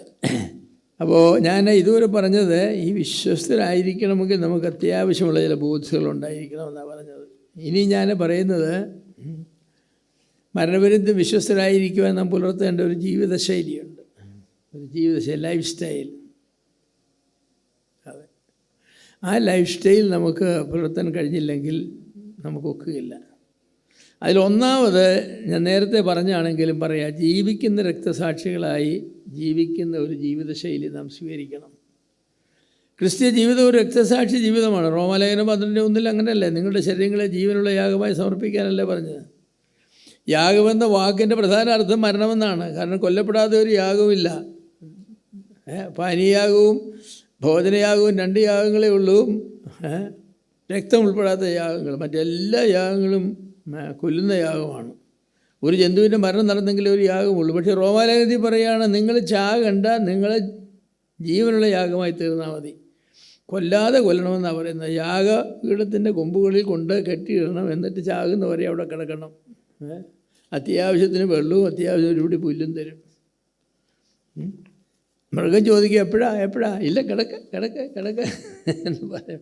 അതാണ് ഒരു സത്യക്രിസ്ത്യാനി. അങ്ങനെയാണ് ജീവനുള്ള കർത്താവിന് വേണ്ടി യാഗപീഠത്തിന്മേൽ കെട്ടപ്പെട്ടവനായിട്ട് കിടക്കുകയാണ്. ചാകാനൊന്നും ആവശ്യമില്ല, പക്ഷേ അവിടെ കിടക്കുക കഷ്ടിച്ചിട്ട് ഓരോ കഷ്ണം അപ്പവും തരാം, ഇച്ചിരി വെള്ളവും തരാം, അത്രയും തരാം. നമുക്ക് അവകാശമായിട്ടൊന്നുമില്ല. അവിടെ കിടക്കുന്ന മൃഗത്തിന് വല്ല അവകാശമുണ്ടോ? വെയിലാണെന്ന് പറയാനൊക്കുമോ? മഴയാണെന്ന് പറയാനൊക്കുമോ? തണുപ്പാണെന്ന് പറയാനൊക്കുമോ? എനിക്ക് ദാഹിക്കുമെന്ന് പറയാനൊക്കുമോ? വിശക്കെന്ന് പറയാനൊക്കുമോ? ഒന്നുമില്ല. നിനക്ക് യാതൊരു അവകാശവുമില്ല. നിനക്ക് ആകെപ്പാടെ അവകാശമുണ്ടെന്ന് പറയുന്നത് കഴുത്തിറക്കുക, മാംസകഷ്ണങ്ങളാക്കുക, യാഗശാലയിൽ വെക്കുക, അടിക്ക് തീ കൊടുക്കുക, കത്തി എറിയുക. ഇതാണ് നിനക്ക് അവകാശം. പക്ഷേ നിന്നെ ഞാൻ, അത് പഴയ നിയമത്തിൻ്റെ ഭാഷയാണ്, നിനക്ക് പകരം ഞാൻ അങ്ങനെ കത്തി എറിഞ്ഞത് കൊണ്ട് നീ എനിക്ക് പകരം ജീവിക്കുന്ന രക്തസാക്ഷിയായി കിടക്കണം. അതാണ്. മറ്റാരെങ്കിലും ബലമായി പിടിച്ചുകൊണ്ട് വന്ന് ദൈവത്തിന് വേണ്ടി അർപ്പിക്കുന്ന യാഗമല്ല പുതിയ വിശ്വാസികളുടെ ഉദ്ദേശിച്ചുള്ളത്. നിങ്ങളുടെ ശരീരങ്ങളെ നിങ്ങൾ തന്നെ യാഗമായി അർപ്പിക്കുക. ആ ആശയമാണ് അതെ. അതേക്കുറിച്ച് പറയുന്ന മക്കതോനിയിലെ വിശ്വാസികളെക്കുറിച്ച് പറയുന്നത്, അവർ മുൻപേ തങ്ങളെ തന്നെ ദൈവത്തിന് പിന്നെ ഞങ്ങൾക്കും ഏൽപ്പിച്ചു തന്നു. നിങ്ങൾ ആരെങ്കിലും പൗലോസിനെ പോലെയുള്ള ഒരാൾക്ക് നിങ്ങളെ ഏൽപ്പിച്ചു കൊടുത്തിട്ടുണ്ടോ? പൗലോസ് പറഞ്ഞ അവർ മുന്നമേ അവരെ തന്നെ ദൈവത്തിന് ഏൽപ്പിച്ചു കൊടുത്തു, തീർത്തി കൊടുത്തു. എന്നിട്ട് പിന്നെ പൗലോസ് എന്നും പറഞ്ഞു അവർക്കും കൊടുത്തു. ദൈവത്തിന് വിട്ടുകൊടുത്താൽ ഒത്തിരി ഗുണമുണ്ട് കേട്ടോ. ദൈവത്തിന് വിട്ടുകൊടുത്താൽ. അമേരിക്കയിലൊരു മിഷണറി കപ്പിൾ ചെയ്ത കഥ ഞാൻ കേട്ടിട്ടുണ്ട്, നിങ്ങളും വായിച്ച് കാണുമായിരിക്കും. അവർ ആഫ്രിക്കയിൽ ഡോക്ടേഴ്സ് രണ്ടുപേരും അവർ ഒരു ആശുപത്രിയൊക്കെ തുടങ്ങി. വരുന്നവർക്കെല്ലാം ഫ്രീ ചികിത്സയാണ്. അപ്പോൾ ആശുപത്രിയോട് ചേർന്ന് 2 ഏക്കർ വസ്തുവുണ്ട്. അവിടെ ഒരു പൈനാപ്പിൾ കൃഷി ചെയ്തു. പൈനാപ്പിൾ. എന്നിട്ട് പൈനാപ്പിൾ നന്നായിട്ട് വന്നു. ആളുകളോട് പറഞ്ഞു, നിങ്ങൾ പൈനാപ്പിൾ മോഷ്ടിക്കരുത്, നിങ്ങൾക്ക് ആവശ്യമുണ്ട് ഞങ്ങളോട് വന്ന് ചോദിച്ചാൽ മതി, ഞങ്ങൾ തരാം. പക്ഷേ ആ വർഷം ഒറ്റ പൈനാപ്പിൾ 1-ാം വർഷം കിട്ടിയില്ല. ഒരു പൈനാപ്പിൾ ഒരു സായിപ്പിനും മദാമിക്കും കിട്ടിയില്ല. അവർ വളരെ വിഷമിച്ചു. 2-ാമത്തെ വർഷവും അവരങ്ങനെ കൃഷി ചെയ്തിട്ട് ആളുകളെല്ലാം വിളിച്ച്, നാട്ടുകാരെല്ലാം വിളിച്ച് പറഞ്ഞു, നിങ്ങൾക്ക് എപ്പോൾ പൈനാപ്പിൾ വേണം വന്ന് ചോദിച്ചാൽ മതി, എനിക്ക് 10 പൈനാപ്പിൾ വേണം, ഞാൻ പറഞ്ഞു തരാം, പക്ഷെ മോഷ്ടിക്കരുത്. ഒരു പൈനാപ്പിൾ പോലും കിട്ടിയില്ല. അവസാനം സാഹിബ് വലിയ ജർമ്മൻ ഷെപ്പേർഡ് 3-4 പട്ടികളെ വളർത്തി. പട്ടികൾ വളർത്തിയപ്പോൾ എന്താണ്, പൈനാപ്പിളെല്ലാം അവിടെ കിടന്ന് അളിഞ്ഞു പോവുക. 1 ഏക്കർ പൈനാപ്പിൾ, സാഹിബിന് മദാമിക്ക് 2 പൈനാപ്പിൾ പോയി. അതല്ല, ഇതിപ്പം സുവിശേഷത്തിന് വേണ്ടി വന്നിട്ട് അവസാനം പട്ടിക്കുട്ടികൾ നാട്ടിൽ മുഴുവനും ജർമ്മൻ ഷെപ്പേർഡിൻ്റെ കുട്ടികളാണ് ആഫ്രിക്കൻ പട്ടികളുമായിട്ട് ചേർന്ന്. ഇത് വലിയ ഗ്രഹപ്പിഴ ആയല്ലോ എന്ന് പറയും. ഗ്രഹപ്പിഴ എന്ന വാക്ക് നല്ല വാക്കല്ല, എനിക്കറിയാം. കാരണം നമ്മളങ്ങനെ ഗ്രഹം പിഴച്ചുണ്ടാകുന്ന ആപത്തിലൊന്നും ഇല്ല. എങ്കിലും അവസാനം പറയാറുണ്ട്, ഈ ശുഭമുഹൂർത്തത്തിലൊന്നും ഗ്രഹപ്പിഴ എന്നൊക്കെ പറയാൻ പാടില്ലാത്ത വാക്കുകളാണ്. അപ്പോൾ അവസാനം സാഹിബ് നിശ്ചയിച്ചു, ഈ പൈനാപ്പിൾ കൃഷി നമുക്ക് ദൈവത്തിന് വിട്ടുകൊടുത്തേക്കാം, നമ്മളേതാന്ന് പറയണ്ട. പൈനാപ്പിൾ കൃഷി ചെയ്തു.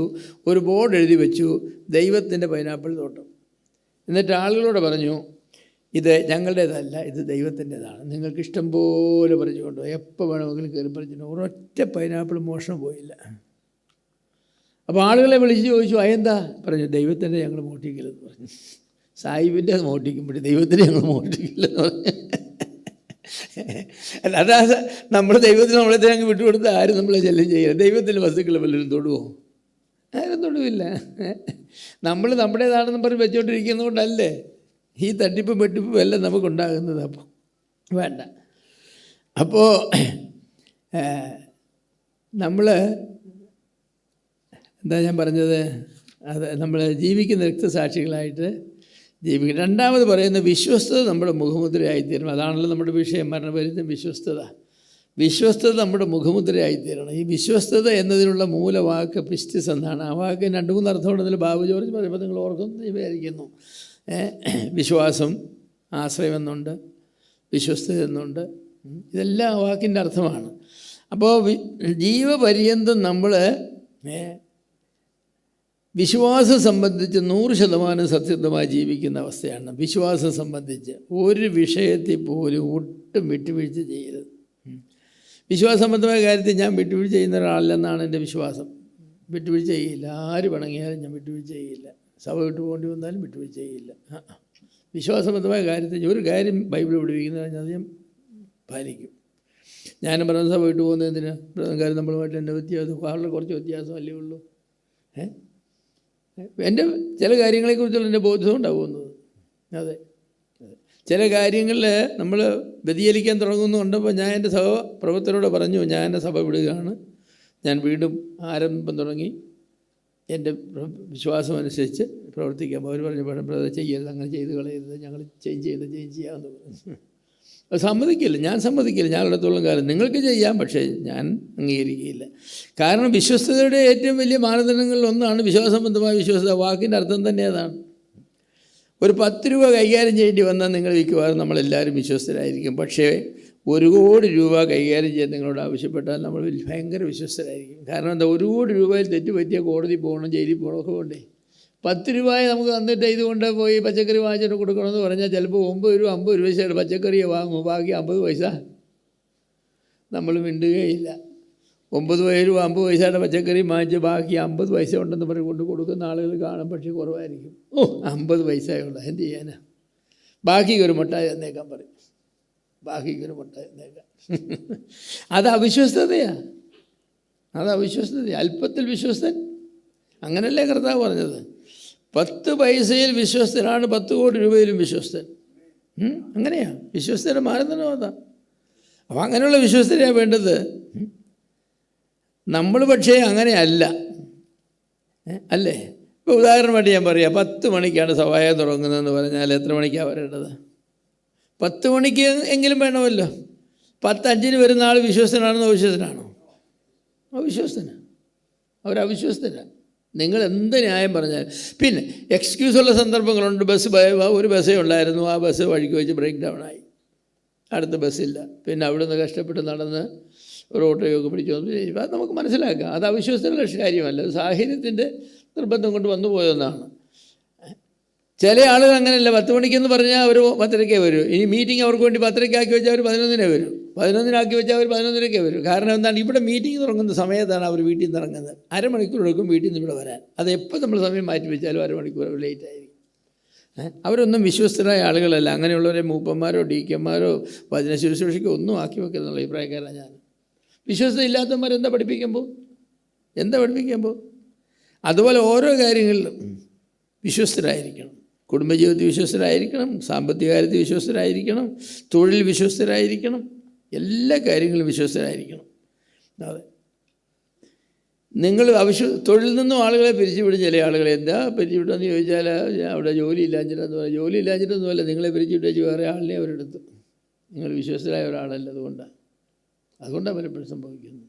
അത് എൻ്റെ അപ്പച്ചൻ്റെ സ്വഭാവം ഉണ്ടായിരുന്നു. എൻ്റെ അപ്പച്ചനെ പറ്റി എപ്പോഴും പറയും, അത് ഞാൻ മനഃപൂർവ്വം പറയുന്നത്. കാരണം എൻ്റെ അപ്പച്ചൻ്റെ ഓർമ്മയിൽ ജീവിക്കണമെന്ന് എനിക്ക് നിർബന്ധമുണ്ട്. എൻ്റെ അപ്പച്ചൻ ഞാനുള്ളിടത്തോളം കാലം ജീവിച്ചിരിക്കണം, എൻ്റെ ഓർമ്മയിൽ ജീവിക്കാനുള്ളൂ.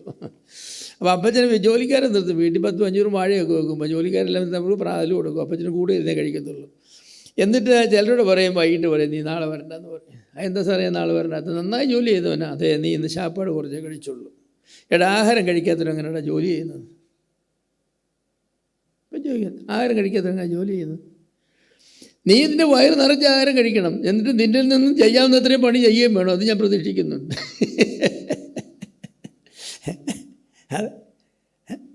ജോലിക്കാരും വേണ്ടേ ആഹാരം കഴിക്കണം? അത് വിശ്വസ്തയുടെ ഭാഗമാണ്. അതിന് ജോലി ചെയ്യുന്നതും വിശ്വസ്തയുടെ ഭാഗമാണ്. അപ്പം നമ്മളെല്ലാ കാര്യത്തിലും ഈ വിശ്വസ്തത വളരെ വേണം. എൻ്റെ അപ്പച്ചനെ പോലെ പ്രയാസമുള്ളൊരു ആളില്ലായിരുന്നു എങ്കിലും അപ്പച്ചനെ പോലെ ഇഷ്ടമുള്ള ആളുകളുമില്ല ജോലിക്കാർക്ക്. അപ്പച്ചന് ജോലിക്ക് വന്നാൽ മൂത്രം ഒഴിക്കാൻ 3 സമയം പ്രാവശ്യം അനുവദിക്കത്തുള്ളൂ. അപ്പച്ചൻ ചാരുകസേര ഇട്ടൊരു ക്ലോക്കുമായിട്ട് അവിടെ ഇരിക്കും. 3 പ്രാവശ്യം പോവാം. ഓരോ പ്രാവശ്യം നിങ്ങൾക്ക് 5 മിനിറ്റ് വീതം മൂത്രം ഒഴിക്കാൻ എടുക്കാം. അപ്പോൾ 15 മിനിറ്റ് നിങ്ങൾക്ക് മൂത്രം ഒഴിക്കാൻ എടുക്കാം. അത് എടുക്കാൻ. അതുപോലെ 1 മണിക്കൂറിനാണ് അപ്പച്ചൻ 1 മണിക്കൂറിനാണ് കൂലി, ദിവസത്തിൻ്റെ കൂലിയല്ല. ഇപ്പോൾ ഉച്ചയാകുമ്പോൾ പറയാം, സാറേ ഞാൻ വീട്ടിൽ പോകും. നീ പോകും, നിൻ്റെ എത്ര മണിക്കൂർ ജോലി ചെയ്തു? 4 മണിക്കൂർ. 4 മണിക്കൂർ കാശ് പിടിച്ചു. എനിക്ക് 1 മണിക്കൂർ സാറേ കൂടുതൽ ജോലി ചെയ്യാൻ ചെയ്തോ, 1 മണിക്കൂറിൻ്റെ കൂലി നമ്മൾ തന്നേക്കാം. അപ്പോൾ അമ്മ വിളിച്ചു പറയും, തേങ്ങ ഇല്ല കേട്ടോ, ഒരു തേങ്ങ. എടാ ശങ്കര, തേങ്ങ ഒന്ന് കയറി തേങ്ങ. അപ്പോൾ തേങ്ങ കയറുന്ന സമയം മാർക്ക് ചെയ്യും. തേങ്ങ ഇട്ട് കഴിയുമ്പോൾ ഇന്നാണ് ഒരു തേങ്ങ കയറിൻ്റെ കാശ്. പക്ഷേ അത്രയും കാശ് എൻ്റെ ജോലിയിൽ നിന്ന് കുറയ്ക്കും. അപ്പോൾ ജോലിക്കാർക്ക് വളരെ ഇഷ്ടമാണ്. കാരണം എന്താണെന്ന് പറഞ്ഞാൽ യാതൊരു കാര്യത്തിലും അവരെ ചൂഷണം ചെയ്യില്ല. വൈകിട്ട് കാശും കൊടുക്കും. അപ്പോൾ ജോലിയുണ്ടോ സാറേ, ജോലിയുണ്ടോ സാറേ എന്ന് പറഞ്ഞ് ഇങ്ങോട്ട് വരും. കാരണം അവർക്ക് ഇഷ്ടമുള്ളപ്പോൾ പോവാം. അവർക്ക് ഇടയ്ക്ക് എന്തെങ്കിലും ചെയ്യിച്ചാൽ അതിനും കാശുണ്ട്. ഞാൻ പറയുന്നത് വിശ്വസ്തത എന്ന് പറയുന്നൊരു ഭയങ്കര വിഷയം. അപ്പച്ചൻ മരിച്ചു കഴിഞ്ഞാൽ അപ്പച്ചൻ ഡയറികളൊക്കെ അലമാരി നോക്കിയപ്പം 25-30 വർഷത്തെ ജോലിക്കാരുടെ കൂലിയുടെ ശമ്പളം എല്ലാം ഡയറിയിൽ എഴുതിയിട്ടുണ്ട്. ഓരോരുത്തരും ചെയ്ത കൂലി, മണിക്കൂർ, മിനിറ്റ്, അതിൻ്റെ ശമ്പളം എല്ലാം. ഞാൻ നിങ്ങളോട് പറഞ്ഞിട്ടുള്ളത്, ഒരിക്കൽ 4 അടി കൊണ്ട് ഭയങ്കര അടിയായിപ്പോയി. അപ്പച്ച സന്ധ്യയായി പറഞ്ഞു, മോനെ പേന കഴിഞ്ഞിട്ടുണ്ടെന്ന് പറഞ്ഞു. മഷി ഒഴിക്കുന്ന പേന അന്നത്തെ കാലത്ത് ഇന്നത്തെ പോലുള്ളതായിരിക്കും, ബോൾ പെന്നൊന്നുമില്ല. ഞാൻ പേന എടുക്കാൻ ചെന്ന് നോക്കിയപ്പോൾ പേനയില്ല. ഞാൻ പറഞ്ഞു, അപ്പച്ച പേന കളഞ്ഞു പോയെന്ന് പറഞ്ഞു. പെട്ടെന്ന് ഓർമ്മ വന്ന് പേന കളഞ്ഞു പോയതല്ല. എൻ്റെ ഒരു കൂട്ടുകാരൻ വൈകിട്ട് പോരുന്നതിന് എന്തിനാവൻ പേന വാങ്ങിച്ചു, പിന്നെ അവൻ തിരിച്ചു തന്നില്ല. അപ്പോൾ എനിക്ക് ഓർമ്മ വന്നു. ഞാൻ പറഞ്ഞു, കളഞ്ഞു പോയല്ല അപ്പച്ച, ഓർമ്മയാണ്, നീ ഇനി വരാൻ പറഞ്ഞു. നീ 2 പ്രസ്താവന ചെയ്തെന്ന് പറഞ്ഞു പേനയെ സംബന്ധിച്ച്. 1 കളഞ്ഞു പോയി, 2 കൂട്ടുകാരൻ്റെ കയ്യിലാണ്. ഇതിലൊന്ന് കള്ളമാണെന്ന് പറഞ്ഞു. ഏത് സത്യമെന്ന് ചോദിച്ചു. കൂട്ടുകാരൻ്റെ കയ്യിലാന്ന് പറഞ്ഞു. ശരി, ഒരു വടി എടുത്തിട്ട് വരാൻ പറഞ്ഞു. എനിക്ക് 4 ഭയങ്കര അടി തന്നിട്ട് പറഞ്ഞു, ഇനി മേലിൽ നിൻ്റെ വായ് പൊളിച്ചൊരു പ്രസ്താവന ചെയ്യുന്നതിന് മുമ്പ് നീ 2 പ്രാവശ്യം ചിന്തിക്കണം. Is that A true statement? ഞാനൊരു ചോദ്യം ചോദിച്ച് ഇത്ര മിനിറ്റുള്ള ഉത്തരം തരണമെന്ന് ഞാൻ ആവശ്യപ്പെട്ടില്ല. നീ കള്ളം പറഞ്ഞു. അപ്പം അന്ന് എനിക്കൊരു കാര്യം പറഞ്ഞു, എന്ത് പറഞ്ഞാലും സത്യമേ പറയാവൂ. എന്ത് പറഞ്ഞാലും സത്യം പറയാൻ അടികൊള്ളു, നല്ല അടികൊള്ളു. നമ്മൾ കള്ളം ഉണ്ടാക്കി പറഞ്ഞിട്ടല്ലേ ഓരോ വഴിക്ക് പോവുകയും ചെയ്യുന്നത്. സിനിമ കാണാൻ പോവുക എന്ന് പറഞ്ഞ് സഭായോഗത്തിന് വന്നിട്ടുള്ളതായിരിക്കും നമ്മുടെ വിശുദ്ധന്മാരുണ്ട്. അക്കാലത്തുകാരൻ വീട്ടിൽ നിന്ന് കാശ് വേറൊരു ഇതിലും കിട്ടുകയില്ല. അപ്പോൾ അവരെന്ത് പറയുന്നറിയാം, ഞായറാഴ്ച സിനിമ കാണാൻ പോകാൻ കാശ് കൊടുക്കും. അപ്പം പറയും, ഇന്ന് ഒരു മൂവിയുണ്ട്, ഇന്ന് കോഴിക്കോട് പോയി സിനിമ കാണാനാ, കോയനത്തൂർ രൂപ വേണം വണ്ടി കൂലിക്കും എല്ലാം കൂടെ കൊടുത്തു. എന്നിട്ട് അവർ വന്ന് അത് സ്വോത്രാഴ്ചയിട്ട് കർത്താവിനെ ആരാധിച്ച് അപ്പൻ ഏറ്റു പറഞ്ഞാൽ മതിയല്ല. പക്ഷേ അപ്പനോട് ചെന്ന് ഏറ്റു പറയണം, അപ്പാ ഞാൻ നിന്നോട് കളവ് പറഞ്ഞു, ഞാൻ പോയത് അതിനല്ല. വിശ്വസ്തത എന്ന് പറയുന്നത് അങ്ങനെയാണ്. അമേരിക്ക പ്രശസ്തനായ ഒരു ദൈവദാസനുണ്ടായിരുന്നു. അദ്ദേഹം ഇപ്പോഴും ജീവിച്ചില്ല, മരിച്ചുപോയി. അദ്ദേഹം ഭയങ്കര വലിയൊരു പള്ളിയുണ്ട് അദ്ദേഹത്തിന്. 30,000-4000 പേര്, ഇത് ക്രിസ്റ്റൽ പാലസ് എന്നൊക്കെ പറഞ്ഞ്. അദ്ദേഹത്തിൻ്റെ മകൻ 16 വയസ്സുള്ള മകനാണ്. ഒരു സ്വപ്നോട് ചോദിച്ചു, അപ്പോൾ ഞാൻ എൻ്റെ ഫ്രണ്ടുമായിട്ട് ചേർന്ന് ഒരു ദിവസം വൈകിട്ട് ഫ്രണ്ടിൻ്റെ വീട്ടിൽ വരുമ്പോൾ അവിടെ താമസിച്ചോട്ടെന്ന് ചോദിച്ചു. താമസിച്ചോളാൻ പറഞ്ഞു. അവിടെ അമേരിക്കയിൽ അങ്ങനെ ചെയ്യും. അതെ. പിന്നെ അപ്പൻ അറിഞ്ഞു, ഇവൻ ആ ഫ്രണ്ടിൻ്റെ കൂടെ പോയതല്ല, ഇവൻ വേറെ ചില ആളുകൾ ഒരുമിച്ച് സെക്കൻഡ് ഷോയ്ക്ക് പോയതാണ്. അപ്പനറിഞ്ഞു. ഇപ്പം മകനെ വിളിച്ച് പറഞ്ഞു, മകനെ, ഞാൻ അപ്പനും നീ മകനുമാണ്, നിനക്ക് 16 വയസ്സായി, 16 വർഷം നമ്മൾ തമ്മിൽ ബന്ധമുണ്ടായിരുന്നു, ഞാൻ നിന്നെ വിശ്വസിച്ചു. ഇന്നലെ നീ എന്നോട് കളവ് പറഞ്ഞു, നീ എൻ്റെ ഫ്രണ്ടിൻ്റെ വീട്ടിൽ പോയതല്ലല്ലോ, സിനിമയ്ക്ക് പോയതല്ലല്ലോ, ഇതാണെന്ന് പറഞ്ഞു. ഇന്ന് മുതൽ നമ്മുടെ ബന്ധം അപ്പനും മകനും എന്ന വിശ്വാസത്തിൻ്റെ ബന്ധമല്ലെന്ന് പറഞ്ഞു. നിനക്കത് എപ്പോഴെങ്കിലും ഇനി നിൻ്റെ ജീവിതത്തിൽ മരണത്തിന് മുമ്പ് സ്ഥാപിക്കാൻ ഒക്കുമെന്ന് എനിക്കറിയില്ല, നീ അതിന് ശ്രമിക്കുമെന്ന് പറഞ്ഞു. പക്ഷേ നീ ഏത് പ്രസ്താവന പറഞ്ഞാലും ഞാൻ വിശ്വസിക്കില്ലെന്ന് പറഞ്ഞു. നീ കള്ളം പറയുന്നതെന്നു പറഞ്ഞു. നീ തെളിയിക്കണത് സത്യമാണ്. ശരിയല്ലേ? ഒരു കള്ളം പറഞ്ഞവന് വേറെ കള്ളം പറയാൻ പ്രയാസമുണ്ടോ? ഇല്ല, ഒരു പ്രയാസവും ഇല്ല. നമ്മളൊക്കെ എത്ര കള്ളം പറഞ്ഞാൽ ജീവിക്കുന്നതല്ലേ? രൂത്ത് കാർട്ടർ എന്ന് പറഞ്ഞ ആളിനോട് പണ്ടൊരു, അപ്പോൾ ഇന്ത്യയിൽ മിഷണറി ആയിരുന്നു, പ്രസിഡന്റ് കാർട്ടറിൻ്റെ അപ്പൻ. രൂത്ത് കാർട്ടറോട് ചോദിച്ച ഒരാൾ, രൂത്ത് മിഷണറി ഒക്കെ ആയിരുന്നില്ല, കള്ളം പറഞ്ഞിട്ടുണ്ടോ എന്ന് ചോദിച്ചു. പറഞ്ഞു, എൻ്റെ കുഞ്ഞെ കള്ളം പറയാൻ ജീവിക്കാനൊക്കെ എന്ന് ചോദിച്ചു. കള്ളം പറയാൻ ജീവിക്കാനൊക്കെ. അല്പം തട്ടിപ്പും ഇച്ചിരി വെട്ടിപ്പും കുറേ ഭക്തിയും, ഈ 3 കൂടെ ചേരുമ്പോഴാണ് വിജയം എന്ന് പറയുന്നത്. വിജയത്തിൻ്റെ ഫോർമുല എന്തൊക്കെ? തട്ടിപ്പ്, വെട്ടിപ്പ്, അധികം ഭക്തി സമം വിജയം. അതല്ല പറഞ്ഞത്. ജീവപര്യന്തം വിശ്വസ്തരായിരിക്കണമെന്നാണ് പറഞ്ഞത്. വിശ്വസ്തരായിരിക്കണം. ഇംഗ്ലീഷിൽ ഹോൾഡ് ഫാസ്റ്റ് എന്നാണ്. ഞാൻ പൗലോസ് തിമോത്തിയോസിനോട് പറയുന്നുണ്ട്, 1 തിമോത്തിയോസ് 1:13. അതാണ് 3-ാമത്തെ വചനത്തെ നാം മുറുകെ പിടിക്കണം. എന്നോട് കേട്ട പത്യവചനം നീ ക്രിസ്തുവേശുള്ള വിശ്വാസത്തിലും സ്നേഹത്തിലും മാതൃകയാക്കിക്കൊള്ളുക. അവിടെ മാതൃകയാക്കിക്കൊള്ളുക എന്നുള്ളതിന് hold fast the sound word.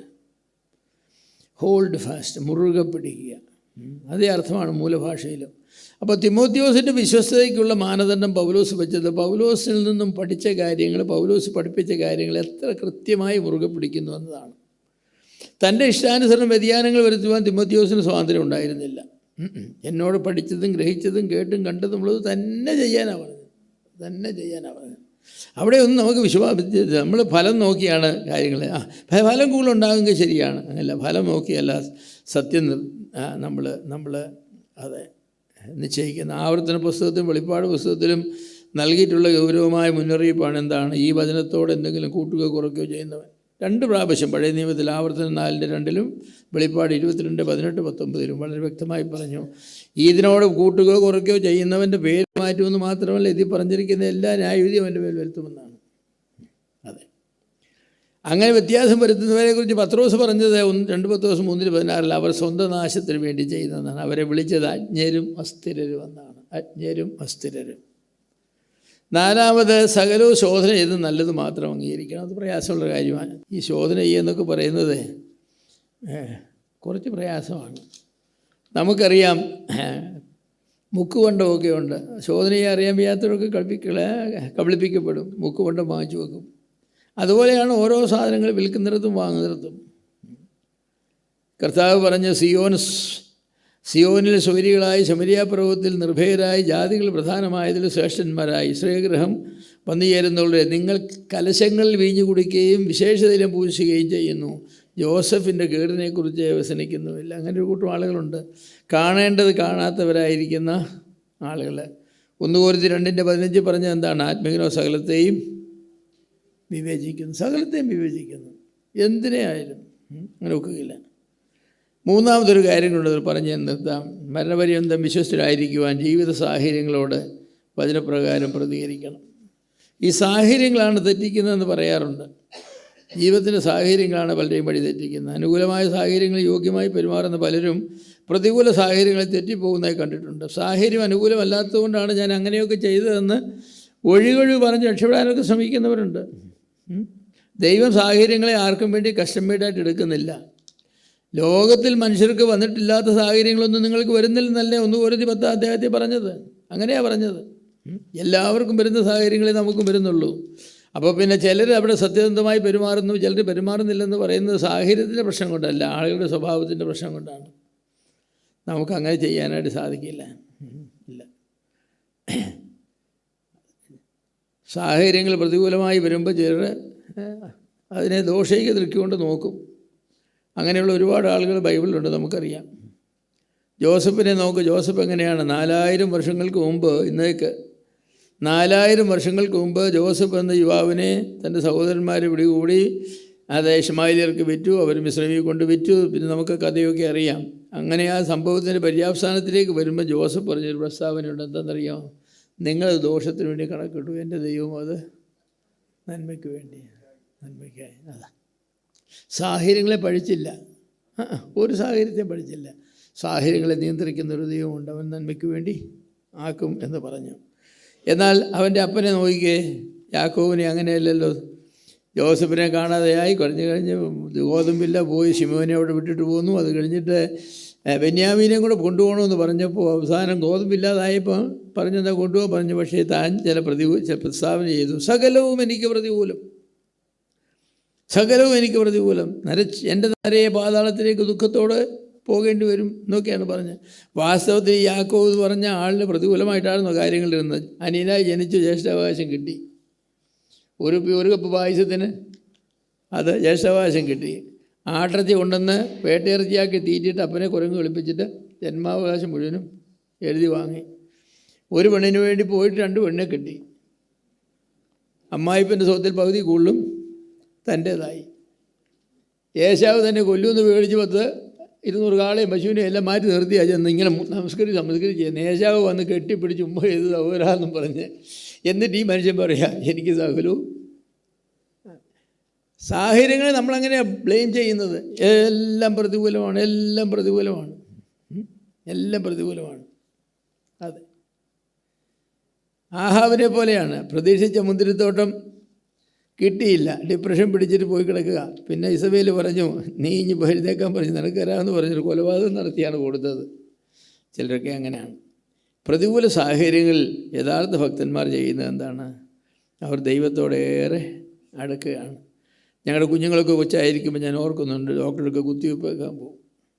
കുത്തിവെക്കാനായിട്ട് പോകുമ്പോൾ കുഞ്ഞിനെ തോളയിട്ടും കൊണ്ടൊക്കെ കുത്തിവെക്കുന്നത്. ഡോക്ടർ വന്നിട്ട് ആ സൂചി ഈ ഭാഗത്ത് അങ്ങനെ വെക്കുമ്പം കുഞ്ഞിങ്ങനെ വലിഞ്ഞു കയറി നമ്മളെ ബലമായിട്ട് കെട്ടിപ്പിടിച്ച് അങ്ങനെ നിൽക്കും. അതാ ഒരു ഭക്തൻ്റെ പ്രതികരണം.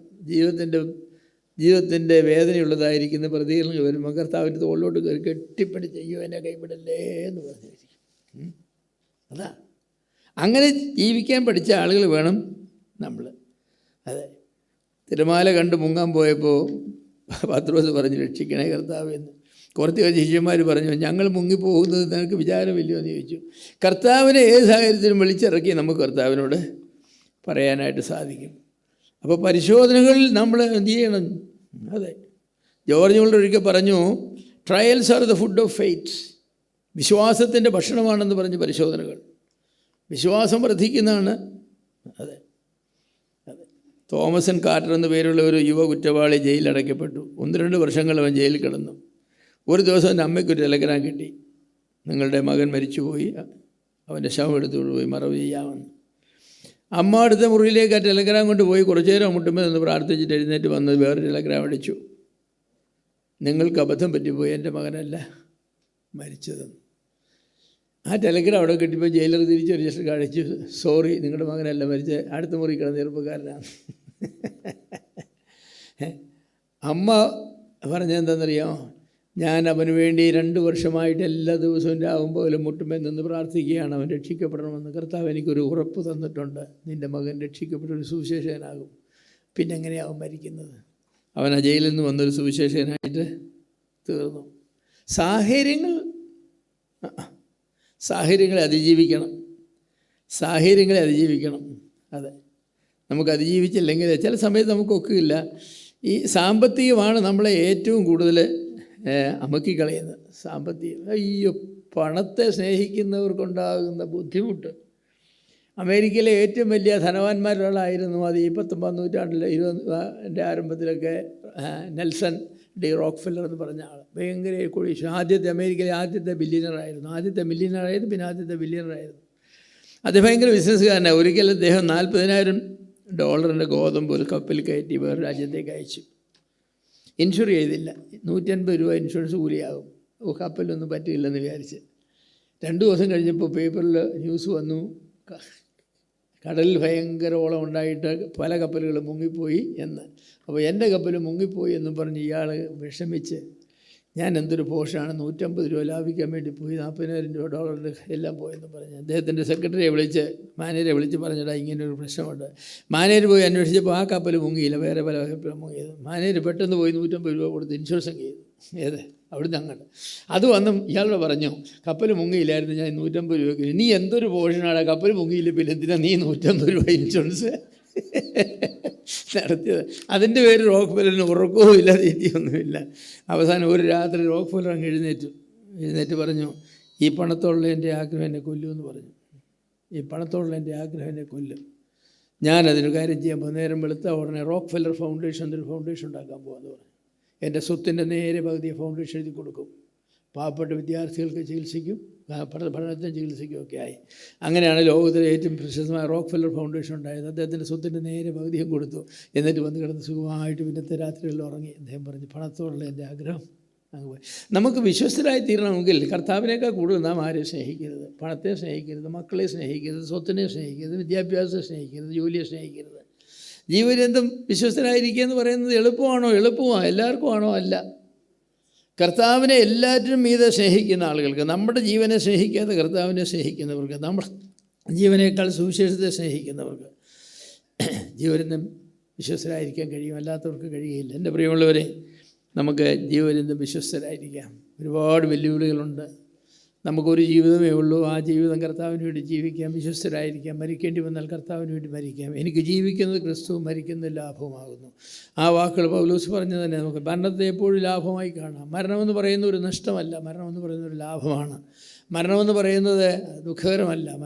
മരിക്കുന്നവർക്ക് സന്തോഷമാണ്, ജീവിക്കുന്നവർക്കാണ് അതിൻ്റെ ദുഃഖവും കരച്ചിലും ഒക്കെ ഉള്ളത്.